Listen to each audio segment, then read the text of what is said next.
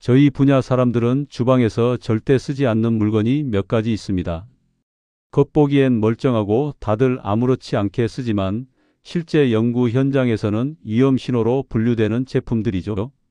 저도 예전엔 그냥 편하니까 쓰던 물건들이었어요.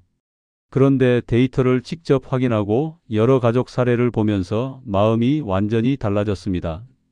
특히 제가 담당했던 한 연구 프로젝트에서 일반 가정의 주방 환경을 3개월간 모니터링했는데 그때 나온 결과가 정말 충격적이었어요. 매일 사용하는 조리도구에서 나오는 미세한 성분들이 음식에 스며들고 그게 장기간 누적되면서 우리 몸에 어떤 영향을 미치는지 실제 데이터로 확인했거든요. 그날 밤 집에 돌아와서 제 주방을 다시 보니까 정말 다르게 보이더라고요. 무엇보다 제가 놀란 건 대부분의 문제가 비싼 제품을 써서 해결되는 게 아니라 올바른 정보만 알면 누구나 쉽게 개선할 수 있다는 사실이었어요. 연구실에서만 알고 있던 이런 정보들을 일반 가정에서도 활용할 수 있다면 얼마나 좋을까 싶었죠. 사실 제 연구진 동료들은 이미 10년 전부터 특정 조리도구들을 완전히 사용하지 않고 있어요. 왜냐하면 실험실에서 매일 보는 데이터가 있거든요. 온도가 올라가면 어떤 성분이 나오고 산성 음식과 만나면 어떤 변화가 일어나는지 눈으로 직접 확인하니까 집에서 쓸 수가 없더라고요. 하지만 이런 정보가 일반인들에게는 거의 전해지지 않아서 안타까웠어요.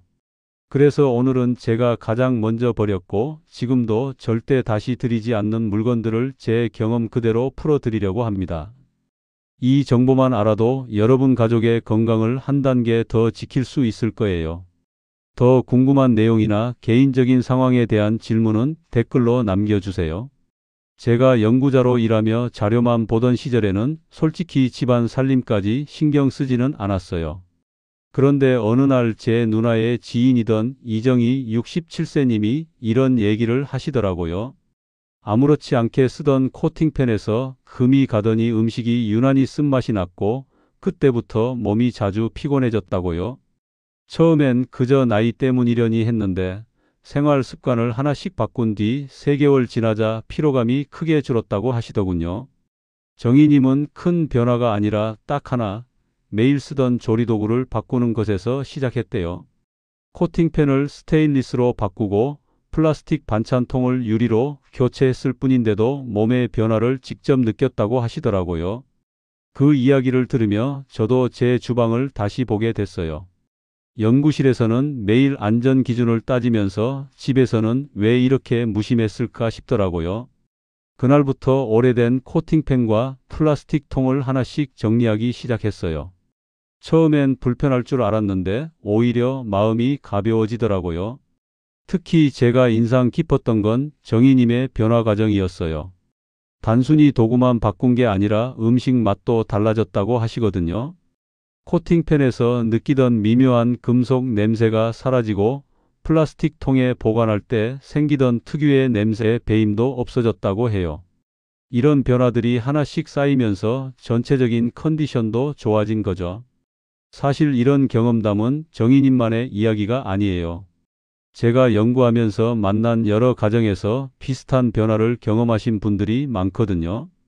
특히 60대 이상 어르신들은 몸의 변화에 더 민감하셔서 작은 개선도 금세 체감하시더라고요. 정희님이 가장 강조하신 부분은 변화가 어렵지 않았다는 점이에요. 한 번에 모든 걸 바꾸려고 하지 않고 가장 자주 쓰는 것부터 하나씩 천천히 교체해 나갔대요. 그러니까 경제적 부담도 크지 않았고 새로운 도구에 적응하는 것도 무리가 없었다고 하시더라고요. 이런 실제 경험들을 보면서 제가 확신하게 된 건 건강한 주방 환경은 거창한 투자가 아니라 올바른 선택의 문제라는 거예요.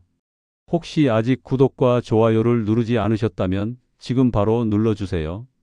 이 채널은 여러분의 건강한 노년을 응원합니다.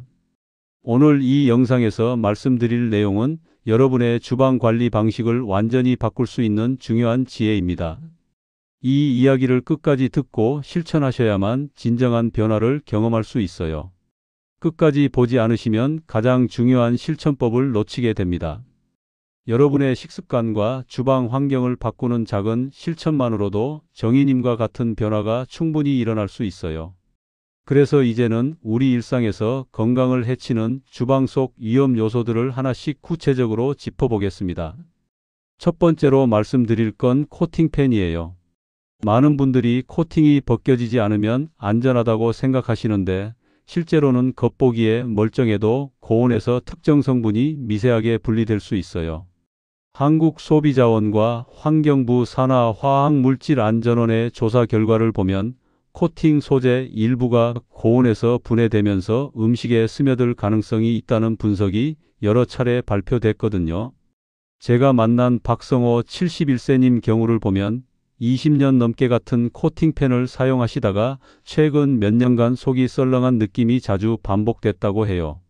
처음엔 위장 문제인 줄 알았는데 우연히 코팅팬을 스테인리스로 바꾼 뒤 그런 증상이 현저히 줄어들더라고요.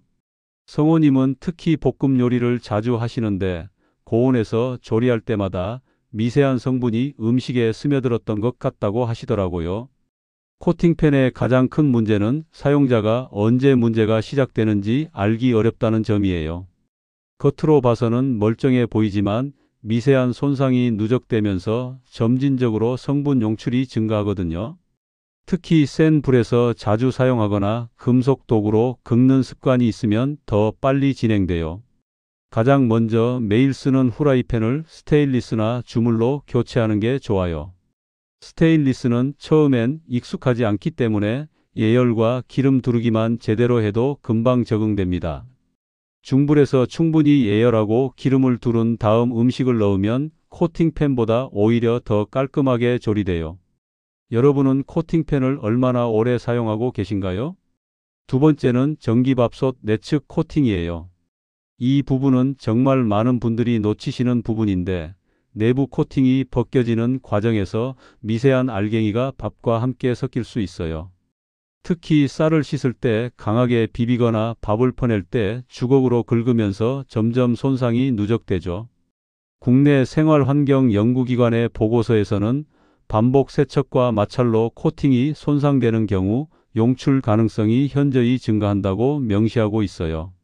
이명자 62세님은 밥솥을 20년 넘게 사용하시면서 내솥 바닥이 많이 긁혀 있었는데 스테인리스 냄비로 밥을 지으라는 딸의 권유로 바꾼 뒤 특유의 금속 냄새와 찝찝함이 완전히 사라졌다고 말했어요. 스테인리스 냄비밥은 물 조절만 익히면 누구나 쉽게 할 수 있어요. 쌀 1컵에 물 1.2컵 정도 넣고 처음엔 센 불로 끓어오르면 약불로 줄여서 12분간 끓이고 5분 뜸들이면 돼요. 밥맛도 전기밥솥보다 더 고슬고슬하고 윤기도 좋아져요. 혹시 여러분도 쌀을 씻을 때 내솥이 긁힌 적 있으신가요? 세 번째는 플라스틱 용기예요.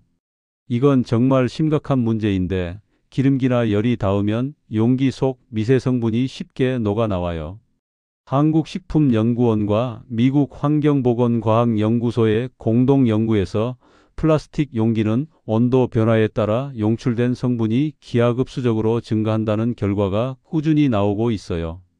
정수연 55세님 사례를 보면 김치찌개나 된장찌개 같은 국물 요리를 식힌 다음 플라스틱 용기에 보관하셨는데 다음 날 데워 먹을 때마다 속이 더부룩하고 소화가 잘 안 됐다고 해요.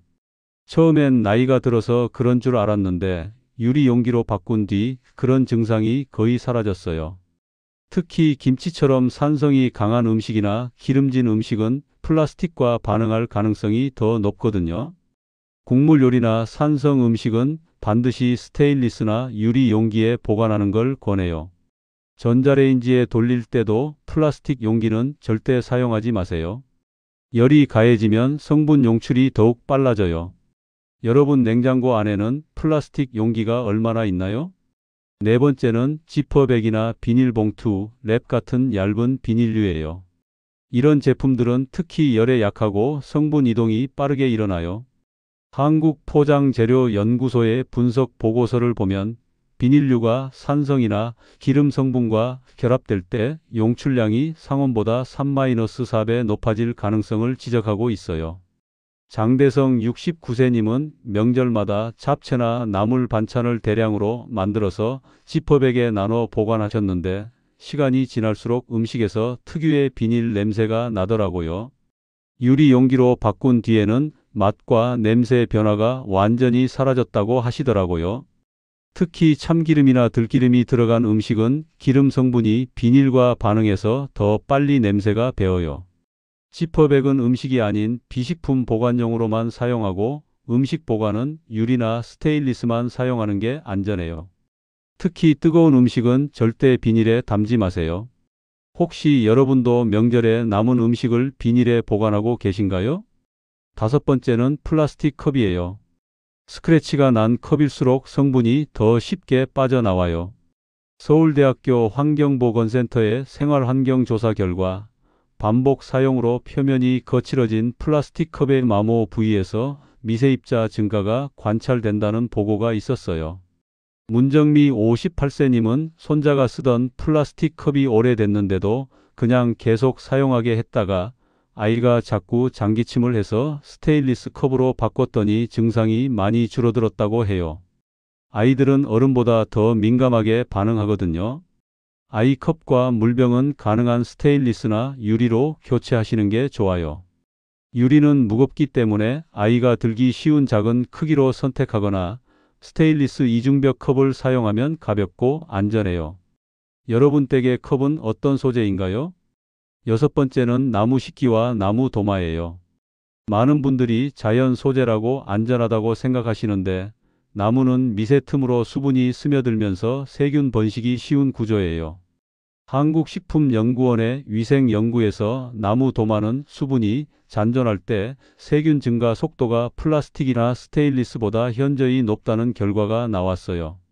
신혜란 73세님은 나무 도마를 30년 넘게 사용하셨는데 아무리 깨끗이 씻어도 마늘이나 양파 냄새가 계속 배어 있더라고 해요. 스테인리스 도마로 바꾼 뒤에는 냄새가 남는 일이 확연히 줄어들었다고 하셨어요. 나무는 구조상 완전한 세척이 어렵고 시간이 지날수록 세균이 번식하기 좋은 환경이 되거든요. 나무 도마는 6개월에서 1년 주기로 교체하거나 물 흡수가 적은 스테인리스나 강화유리 소재로 바꾸는 것이 위생적이에요. 도마는 용도별로 고기용과 채소용을 분리해서 사용하는 것도 중요해요. 집에 있는 도마 상태를 한번 점검해 보신 적 있으신가요? 일곱 번째는 멜라민 식기예요. 멜라민은 열과 산성 음식에 노출되면 소량의 성분 이동이 발생할 수 있어요. 유럽식품안전청과 한국식품의약품안전처의 연구 자료에서 멜라민 식기는 고온 조리나 산성 음식에 적합하지 않다는 경고가 반복적으로 나오고 있어요. 서미정 64세님은 손자가 어렸을 때 쓰던 멜라민 접시를 계속 사용하고 있었는데 뜨거운 국을 담을 때마다 입안에 미묘한 자극감이 있더라고 해요. 도자기 접시로 바꾼 뒤 그런 느낌이 완전히 없어졌다고 하셨어요. 멜라민은 특히 산성이 강한 토마토 요리나 뜨거운 국물과 접촉할 때 문제가 될 수 있어요. 멜라민 대신 스테인리스나 도자기, 유리 소재로 바꾸시는 게 안전해요. 외식할 때도 뜨거운 국물이 멜라민 그릇에 담겨 나오면 다른 용기에 옮겨 먹거나 조금 식혀서 드시는 것이 좋아요.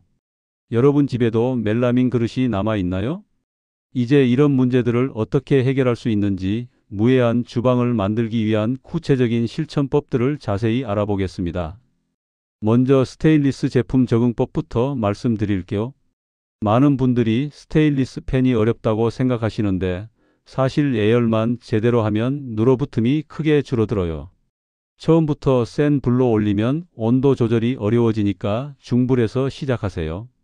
팬에 물을 한 방울 떨어뜨렸을 때 둥글게 굴러다니면 예열이 완료된 거예요. 그때 기름을 두르고 음식을 넣으면 코팅팬보다 더 깔끔하게 볶아져요. 처음 몇 번은 타이밍이 어려울 수 있지만 익숙해지면 오히려 더 편리해요. 스테인리스 팬이 아직 어려우신가요? 두 번째로 유리 보관 용기의 장점을 제대로 활용하는 방법이에요. 유리는 냄새와 색깔 배임이 거의 없고 뜨거운 음식을 바로 담아도 성분 변화가 없어요. 김치나 장아찌처럼 산성이 강한 음식을 보관할 때도 유리만큼 안전한 소재는 없어요. 떨어뜨려서 깨뜨리지만 않으면 수명이 매우 길고 오히려 플라스틱 용기를 계속 교체하는 것보다 경제적이에요. 국물 요리나 기름진 음식은 특히 유리 용기에 보관하세요. 여러분은 어떤 반찬통을 가장 오래 사용하고 계신가요? 세 번째는 천연 수세미 사용법이에요. 식물성 수세미는 뜨거운 물에 삶아서 소독할 수 있어서 위생적이에요. 합성 수세미에서 떨어져 나오는 미세 플라스틱도 없고요. 다만 사용 후에 물기를 완전히 제거하고 햇볕에 말려야 냄새가 나지 않아요. 일주일에 한 번 정도는 끓는 물에 5분간 삶아주면 세균 번식을 막을 수 있어요. 수세미 어떤 재질을 사용하고 계신가요? 네 번째는 비닐류 사용을 줄이는 일상 루틴 만들기예요. 주방에서 매일 쓰는 비닐만 줄여도 쓰레기가 크게 줄어들고 환경에도 도움이 돼요. 무조건 금지보다는 단계적으로 줄이는 것이 오래 지속할 수 있는 방법이에요. 지퍼백은 재사용 가능한 실리콘 용기나 유리 용기로 대체하고 랩 사용은 최소한으로 줄이세요. 음식을 덮을 때는 접시를 뒤집어서 덮거나 실리콘 뚜껑을 사용하는 것도 좋은 방법이에요. 여러분은 비닐을 얼마나 자주 사용하시나요? 다섯 번째는 올바른 도마 선택 기준이에요. 흡수율이 낮은 소재일수록 세균 번식률이 줄어들어요. 스테인리스나 강화 유리 도마가 가장 위생적이고 나무 도마를 사용한다면 단단한 원목으로 된 것을 선택하세요. 날카로운 칼을 자주 사용하면 깊은 흠집이 생기는데 이때는 과감히 교체하는 것이 좋아요. 고기용, 채소용, 과일용으로 최소 2-3개는 분리해서 사용하시고 사용 후에는 중성세제로 깨끗이 씻은 다음 완전히 말려주세요. 도마는 몇 개 사용하고 계신가요? 여섯 번째는 컵과 물병의 안전 소재 선택법이에요. 음료는 용기와 접촉하는 시간이 길기 때문에 소재 선택이 특히 중요해요. 뜨거운 차나 커피는 반드시 도자기나 유리컵을 사용하고 플라스틱 컵은 피하세요. 물병도 스테인리스 보온병이나 유리병을 추천해요. 아이들 물병은 가볍고 안전한 스테인리스 제품으로 선택하시면 되고 정기적으로 베이킹소다나 구연산으로 깨끗하게 세척해 주세요. 여러분 집에서는 어떤 컵을 가장 많이 사용하시나요? 일곱 번째는 통조림과 포장재 사용 최소화하기예요. 통조림 내부 코팅은 내용물의 산성도와 보관 온도에 따라 성분 이동이 달라질 수 있어요. 급하게 요리해야 할 때만 제한적으로 사용하고 가능한 신선한 재료를 사용하는 것이 좋아요.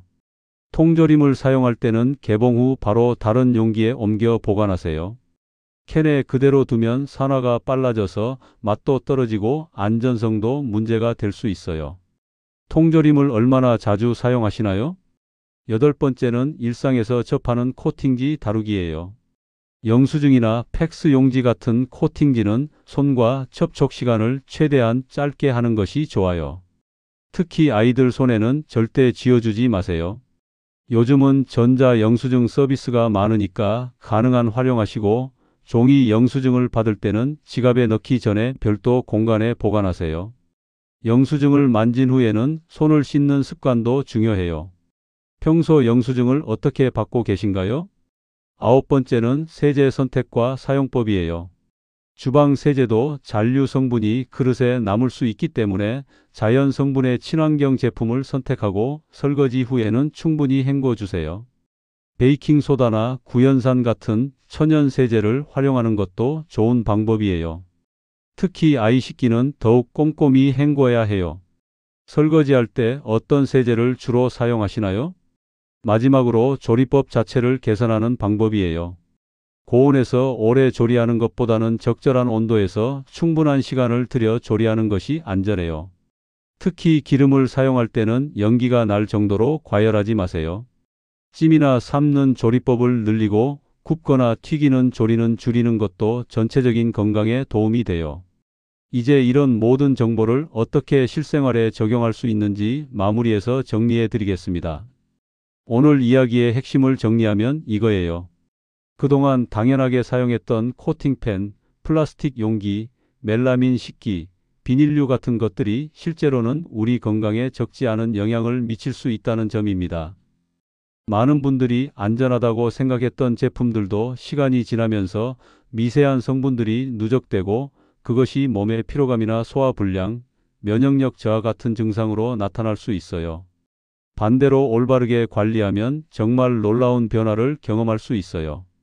제가 만난 여러분들의 사례를 보면 단순히 조리도구와 보관 용기만 바꿔도 몸이 훨씬 편안해지고 주방 환경도 눈에 띄게 깨끗해져요.